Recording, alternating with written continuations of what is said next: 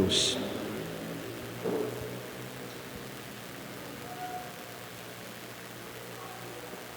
Amém?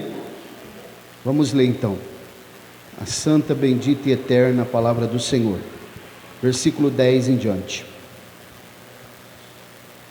Todos vós estáis hoje diante do Senhor vosso Deus, os vossos capitães das vossas tribos, os vossos anciãos e os vossos oficiais, com todos os homens de Israel, os vossos pequenos, acho que deve estar crianças aí na tradução de meninos, né? As vossas esposas, o teu estrangeiro que está no teu acampamento, desde o lenhador da tua madeira até o tirador da tua água, para que entres no pacto ou aliança, né, com o Senhor teu Deus, e no seu juramento que o Senhor teu Deus faz contigo neste dia,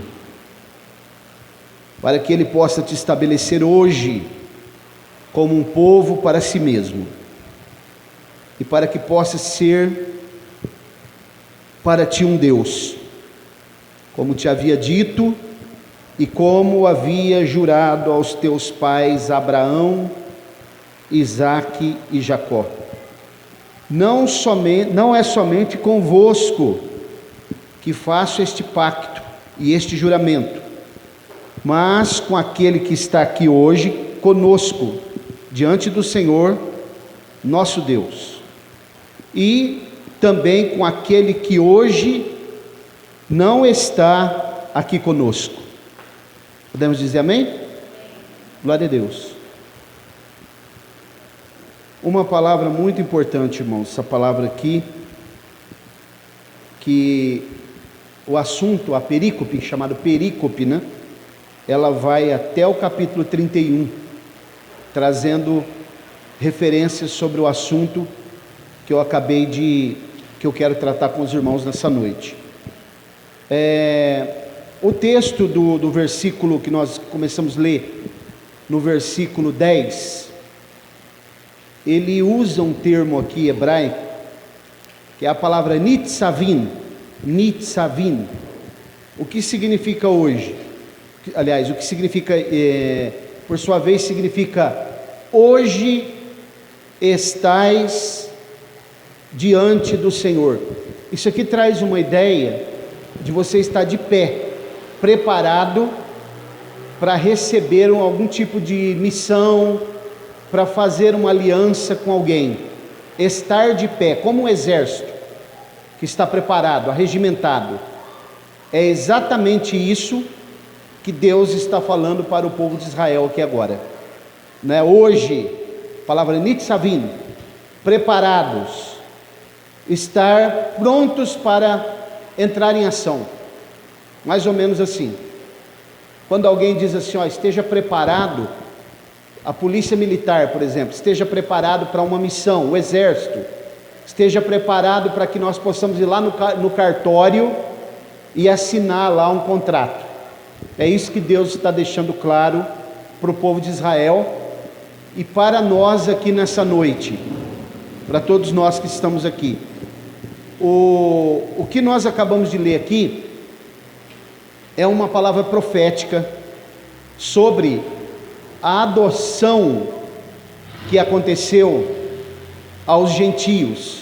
Os irmãos já sabem que Deus enviou Jesus aqui para o povo de Israel, para os judeus, mas nós já sabemos que havia um plano de Deus para os gentios, que somos nós, que nos tornamos igreja, antes da fundação do mundo, Então, quando nós olhamos para o texto que nós acabamos de ler aqui agora, ele tem um paralelo com o capítulo 11 da carta aos Romanos, quando Paulo ensina, usando uma metáfora de uma oliveira, que nós sabemos que é uma planta, uma árvore, que produz azeitonas, né? E ele fala sobre um zambujeiro, não é jambuzeiro. Jambuzeiro é pé de jambo, né? Zambujeiro, que é uma espécie de oliveira, chamada oliveira brava, que não dá fruto, que éramos nós, os gentios. Quando Jesus vem e ele dá a sua vida, então o que acontece é que nós, os gentios, que nos tornamos igreja, por que nos tornamos igreja? Porque nós somos enxertados nessa oliveira natural que é a nação de Israel.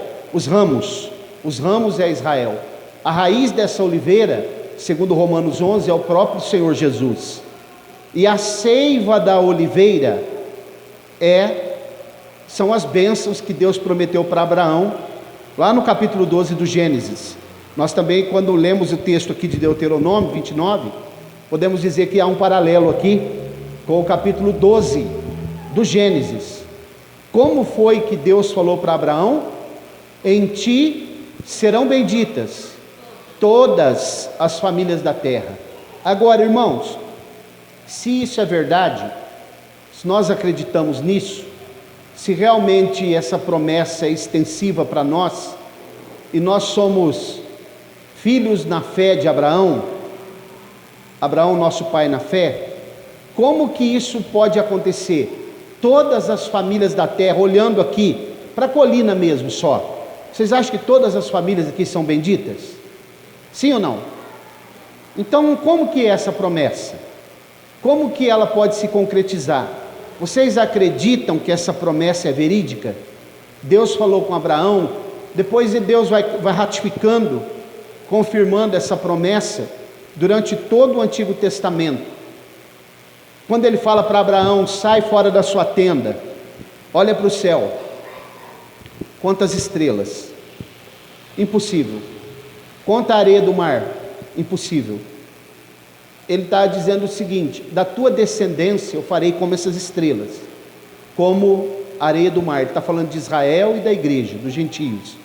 Agora, quando ele fala de Israel, eu já dei uma explicação para os irmãos aqui uma vez, que os prêmios Nobel que são conquistados, geralmente são judeus que conquistam, mesmo que eles são europeus, ou lá dos Estados Unidos, mas vai fazer uma investigação na vida deles, você vai perceber que eles têm histórico descendência judaica, porque é uma promessa de Deus. Em ti serão benditos, depois suscitarei a tua descendência. Deus está dizendo estrelas, né? Ele está dizendo os cientistas notáveis, os físicos, os biólogos, os Nobel de medicina, de física, de todas as áreas, vai ser descendente da tua, vai vir da tua raiz, da tua semente, da tua descendência. Porque quando a palavra aparece semente no Antigo Testamento, semente é uma alusão a Isaac. Mas quando fala descendência, já é uma alusão a Jesus. Então os irmãos percebam como a história da humanidade, ela está intrinsecamente ligada a Deus. Não é obra do acaso, não foi uma explosão cósmica, não aconteceu por acaso. É que o ser humano não quer reconhecer a grandeza e a soberania de Deus e que Deus é real. O ser humano que eu falo, até alguns que estão dentro da própria igreja, né? Que às vezes frequentam a igreja por frequentar mesmo. Mas aqui observem que se essa promessa é real, eu quero mostrar para os irmãos algumas coisas aqui. A promessa que Deus faz para Abraão no capítulo 12 do Gênesis, depois de o haver tirado do meio do paganismo, da Babilônia. Babilônia significa confusão. O centro de adoração do culto pagão era a Babilônia, exatamente da onde Deus chama Abraão no capítulo 11 ainda do Gênesis. No capítulo 12 ele faz a promessa. Já ensinei os irmãos aqui também que o capítulo 11, que vem na subsequência do capítulo 10, está havendo uma vacina, ou melhor, uma vacina não, está havendo um remédio para curar o que aconteceu no capítulo 10, que é a confusão de Babel. E aí, da onde Deus chama Abraão? De Babilônia. Babel vem de Babilônia, que é para justamente haver um remédio para todo aquele problema de Nimrod, da Torre de Babel, que Deus precisou trazer a confusão dos idiomas e espalhar eles, porque eles não queriam se espalhar. Aí vem Abraão, Deus corrige o problema e diz: aparta-te da tua parentela. Não é para você ficar como aconteceu em Babel, e você vai seguir agora, você vai para uma terra que eu vou te mostrar. Por quê? Porque precisava espalhar o que não aconteceu em Babel. E em ti serão benditas todas as famílias da terra. Perceberam como que a Bíblia está conectada aos assuntos, como não existe falha no plano de Deus, quem complica tudo é o ser humano? Perceberam? Muito bem. Então, partindo aqui dessa premissa que eu já expliquei, existe 2 princípios, guarde isso no teu coração, que fundamentam ou que dão suporte para essa promessa que foi estabelecida para Abraão e que nos alcança hoje. Amor, pastor Mauro. Opa, então peraí. Se Deus é amor, significa que todos esses povos do mundo hoje, eles são benditos. Se Deus é amor, então o primeiro princípio é amor. O segundo princípio, obediência. Ok? Está condicionada toda essa promessa de Abraão nesses 2 princípios, amor e obediência. Porque geralmente, se você for conversar com um ser humano, os que estão na igreja e os que não estão, a primeira coisa que eles vão falar assim: Deus me ama. Vocês acham que isso é verdade ou não? Sim ou não? Vocês estão por aí, irmãos? Deus nos ama ou não? Muito bem. E aí você pode conversar com qualquer pessoa lá fora, eles sendo da igreja ou não, até aqueles que estão presos, que cometeram grandes atrocidades, eles vão dizer assim: Deus me ama, Deus é amor. Se você for conversar com um casal de homossexual, ele vai dizer assim: Deus é amor, Deus não proíbe, porque o importante é o amor. Deus é amor. Só que eles estão falando de uma coisa que eles não conhecem, eles não têm fundamento para falar isso, eles falam do que não conhecem. Vamos dar uma olhada num texto, abra sua Bíblia comigo em Hebreus capítulo 5, versículo 9. Esse texto, esse movimento gospel de hoje não gosta de ler, o teísmo aberto também não gosta de ler. Observe o texto, Hebreus capítulo 5, versículo 9. E tem sido aperfeiçoado, veio ao ser o autor de eterna salvação para todos os que lhe obedecem. Percebeu como que está condicionado? Eu não obedeço para ser salvo, porque a salvação já foi dada para nós pela graça. Eu obedeço para a manutenção da salvação. Por isso que nós obedecemos. Quem não obedece não consegue manter a sua salvação. Agora, mais um texto, Deuteronômio 31, 12, ainda que está dentro do assunto aqui do capítulo 29. Olha como que a Bíblia vai nos trazer algo aqui precioso. Deuteronômio 31, versículo, olha lá: congregai o povo, homem, mulheres e crianças, pequeninos, né? E os estrangeiros, até os estrangeiros. Perceberam, irmãos, como que desde o início o projeto de Deus é para o judeu e para o estrangeiro? Isso vai acontecer no milênio de forma plena, quando Jesus vai congregar os povos novamente no templo do milênio. E aí naquele templo as nações gentílicas vão para lá uma vez por ano adorar o Senhor, e Israel ministrará sobre eles, porque Israel é a oliveira natural. Os gentios que vão sendo enxertados na oliveira, nós éramos, né? Zambujeiro. Olha lá, ó. Estrangeiros que estão dentro das vossas portas. Quer morar, fazer parte da nação de Israel? Quer fazer parte? Ele precisa congregar também. Quer fazer parte do povo de Deus? É necessário. Quer estar inserido no contexto do povo de Deus? É necessário estar congregando. Precisa estar na igreja.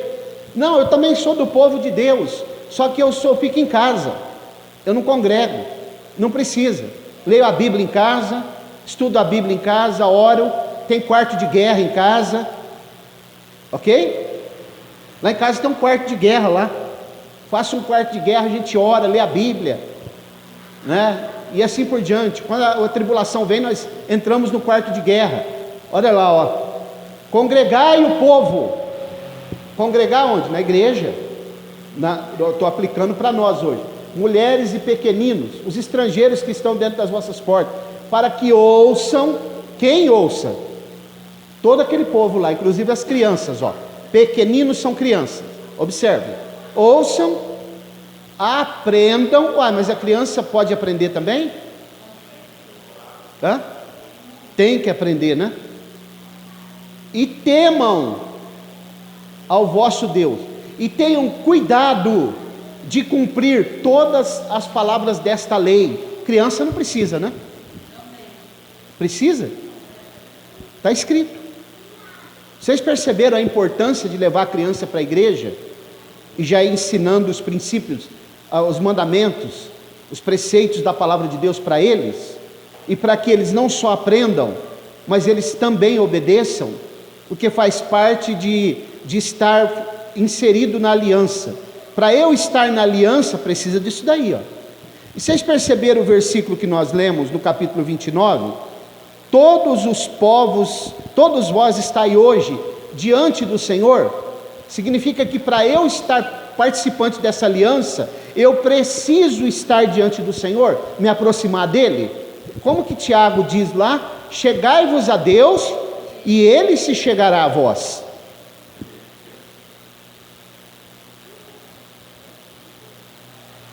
As pessoas que estão aí nas redes sociais, né, que às vezes que vão assistir pelas redes sociais, que acham que não precisa ensinar o filho, não precisa ir na igreja, ou ficar em casa.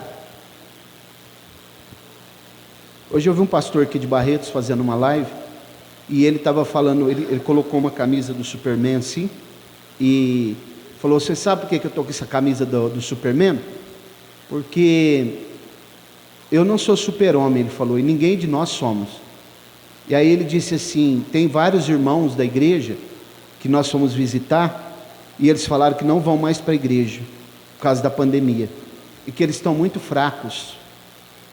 Aí ele disse assim, eu coloquei essa camisa para vocês entenderem que nós não somos super-homens, agora que é o momento de vocês irem para a igreja, porque a coisa está pegando, ele falou.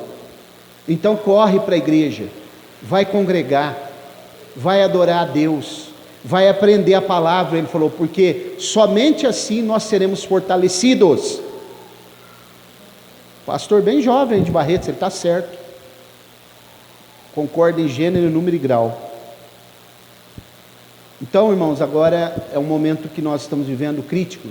Deus está falando conosco de modo bem claro aqui nessa noite. Quem tem ouvidos para ouvir, ouça. Ele está deixando muito claro o que precisa ser feito se alguém quiser ser participante das bênçãos que foi prometida para Abraão, que é a seiva, né, da oliveira. Você sabe que a seiva da árvore, todos os nutrientes estão nela. Ela vem da raiz, né, a raiz recebe e vai subindo para os caules, do tronco para o caule, para as folhas. Então, se alguém quiser receber, precisa estar próximo, precisa congregar, precisa manter aliança, precisa estar obediente. Deus nos ama, isso nós já sabemos, isso é claro, irrefutável, insofismável, não dá para negar, o amor dele é grande, é incomensurável, não dá para medir, nós não conseguimos amar como ele. Isso aí nós já sabemos, isso é ponto pacífico. Em qualquer cristão que você for falar, ou até aqueles que não são cristãos, que acreditam em Deus, se você perguntar para eles, falar, não, Deus me ama. Agora, e a outro princípio, chamado obediência? Como é que fica? O que vocês acham? Vamos continuar olhando para o texto que nós lemos, né? Mais uma coisa, essa aliança que vai ser feita com Israel, que foi feita com Israel, e que vai levar as nações a irem lá no templo do milênio, todo ano, mandar um representante lá, porque senão não chove naquela nação que não for. Sabia que ela vai trazer uma espécie de prosperidade, bênção para Israel, de uma forma muito abrangente, e para todos aqueles que são servos de Deus? Sabe por quê? Dá uma olhadinha comigo, no versículo 11. Os vossos pequenos, olha, de novo ele está citando as crianças aqui, né? As vossas esposas, o teu estrangeiro, são pessoas que moravam, faziam parte de Israel, mas eram servos do povo de Israel, que estão no teu acampamento, desde o cortador de madeira, ou lenhador, né, até o tirador de água. Vocês já perceberam que lenha, madeira e água são dois elementos que são imprescindíveis para a vida do ser humano? Porque a lenha fala de construção, fala de acender fogo, combustível, e a água não precisa nem falar, né? Água é vida. Então aqui, durante o período do milênio, isso já acontecia aqui. Esses tiradores de água, cortadores de lenha, que são pessoas de gentios que vão servir Israel, trarão prosperidade para a nação de Israel. Cortador de lenha e tirador de água, isso é necessário ter. E eles também deverão estar congregados. Versículo 12. Para que entres no pacto, na aliança, né, com o Senhor teu Deus, e no seu juramento que o Senhor teu Deus te faz contigo neste dia. Esse povo precisa participar da aliança. Isso está espalhado por toda a Bíblia também. Vamos ler mais um texto. Isaías 14, versículos 1 e 2. Olha esse texto. As pessoas, irmãos, não conseguem entender a importância disso que eu estou explicando aqui. Isso aqui é muito importante. Os cristãos não sabem sobre esse assunto aqui. Isso aqui é muito importante saber. Por que essa oliveira que Paulo fala lá em Romanos 11, de que maneira nós conseguimos chegar e ser considerados servos de Deus, se nós não somos de Israel? Como nós somos enxertados nessa oliveira? Por que nós recebemos essa seiva? Porque é amor e obediência. Olha lá. Pois o Senhor se compadecerá de Jacó, e ainda escolherá a Israel, e os porá na sua própria terra. Agora olha o segredo: ajuntar-se-ão com eles os estrangeiros, e se apegarão à casa de Jacó. Verso 2: e os povos os receberão, e os levarão aos seus lugares, e a casa de Israel os possuirá por servos e servas, na terra do Senhor, e cativarão aqueles que os cativaram, e dominarão os seus opressores. Perceberam? A inserção dos gentios dentro da aliança de Abraão, sendo ministrada e recebendo as bênçãos que Deus vai dispensar sobre Israel no período do milênio. Nesse período, a igreja está na Nova Jerusalém, e todas as nações serão ministradas pela nação de Israel, que era o plano original de Deus, que deu errado, não porque Deus falhou, e Deus não precisa de plano B, deu errado porque o ser humano falhou. Sempre, irmãos, é sempre o ser humano que falha. Por que isso deu errado? Porque o ser humano errou. Aí às vezes nós queremos culpar Deus, né? É Deus, não me socorre, Deus que não me dá nenhuma chance. Ele dá. Outro sim, muito interessante. Dentro desse prisma ainda, nós podemos entender que nesse período do milênio, vai acontecer uma coisa muito especial. Prepare para aprender uma coisa que eu vou ensinar para vocês aqui. Vocês se lembram da mulher do fluxo de sangue? A alergia que está braba, acho que no milênio não vai ter essas coisas, né? Glória a Deus. Então, a mulher do fluxo de sangue, ela é marcada por quê? O que ela fez? Tocou na orla da veste de Jesus. Você sabe por que aquela mulher fez isso? Não. Para ser curada, pastor Mauro. Esse é o grande problema das escrituras, quando elas só são lidas. Até hoje, eu nunca ouvi uma pregação explicando por que aquela mulher tocou na orla da veste de Jesus. Só porque ela queria ser curada. Não podia tocar, ninguém podia tocar Uma pessoa que tinha problema de hemorragia, ou um leproso, não podia tocar num judeu de forma alguma. Mas ela não tocou em qualquer lugar. Ela tocou na orla, no tzitzi. Sabe o que é tzitzi? É uma franja que tem no talit, que é aquela roupa que vai por cima. O talit, ele tem uma franja que é chamada de filactério, azul. E eles chamam no hebraico de tzitzi. Quando ela toca ali, vocês não sabem o que ela está fazendo. Ela foi curada. Jesus falou assim: de mim saiu virtude, né? E a Bíblia diz que quando ele perguntou quem me tocou, ela ficou temerosa. Pode ler o texto lá. Porque ela pensou que Jesus agora ia reprimir ela. Porque uma mulher que tinha hemorragia não podia tocar uma pessoa que tinha hemorragia. 12 anos que ela tinha uma hemorragia uterina que não sarava. E ela perdeu tudo com os médicos. Mas ela tocou em Jesus.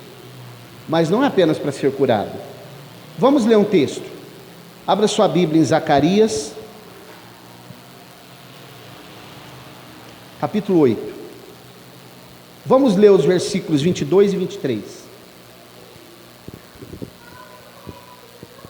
Quando aquela mulher tocou na orla da veste de Jesus, vocês não sabem o que ela estava fazendo. Zacarias 8, versículos 22 e 23. Presta atenção, ó.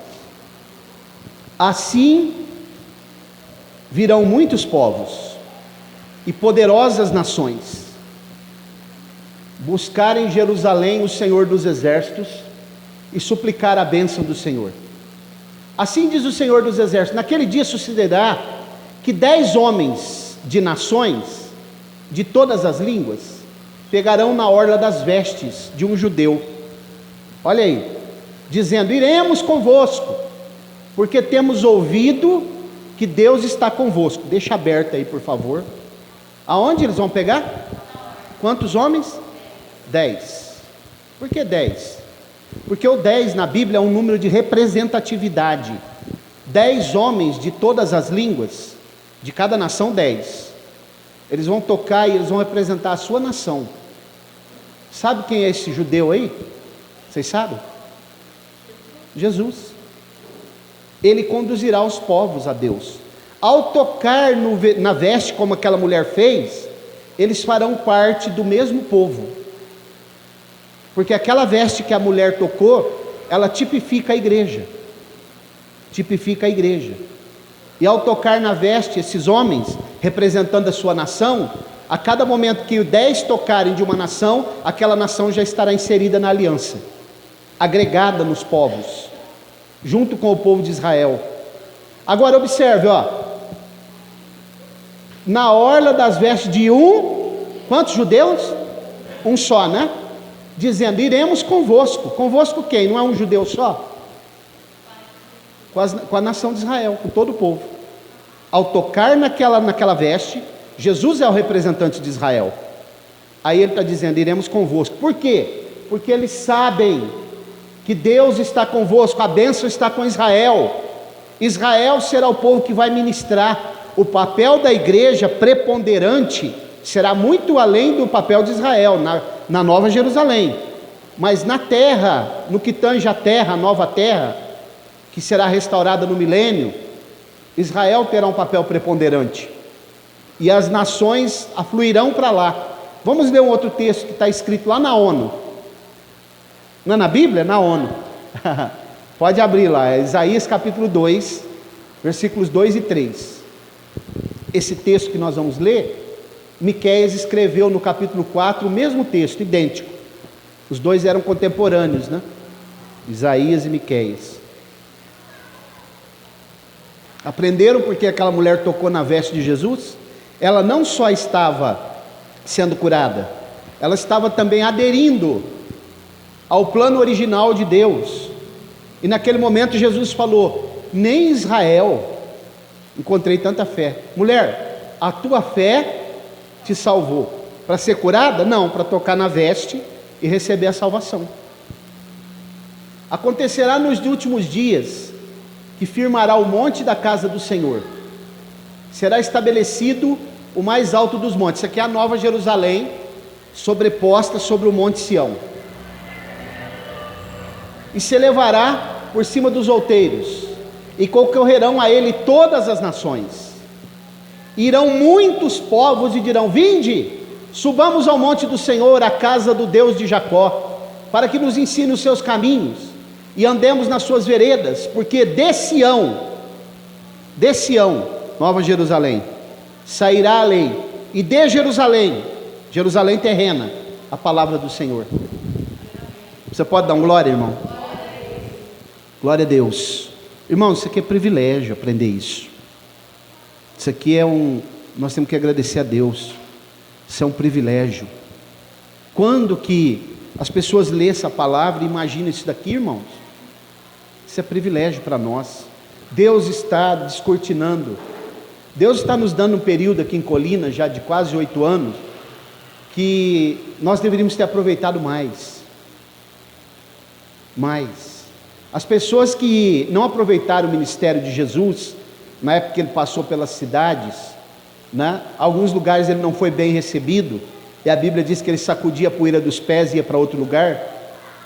Nós devemos aproveitar, irmãos. Isso daqui não se compra, isso daqui nós estamos recebendo de graça. Isso aqui não tem preço, que Deus está nos revelando aqui. Isso aqui é algo precioso, profundo, para guardar no coração e praticar, e agradecer a Deus, porque Deus tem preparado um período para nós, de quase 8 anos aqui, já que nós vamos aprendendo a palavra de Deus, e muitos não dão valor e não aproveitaram, e abandonaram como se abandonam